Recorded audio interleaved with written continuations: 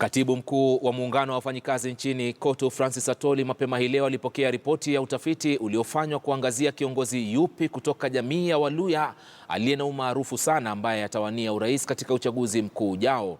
Atwoli alichukua jukumu hilo katika azma yake ya kuhakikisha kuwa jamii ya Waluhya imeungana kumtafuta kiongozi mmoja atakaye menyana na viongozi wengine katika uchaguzi wa mwaka 2017.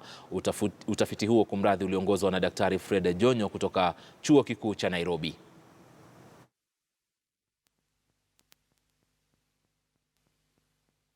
At Muliro Gardens in Western Kenya, that is where we will open that document and announce who is this person that is going to be our spokesperson.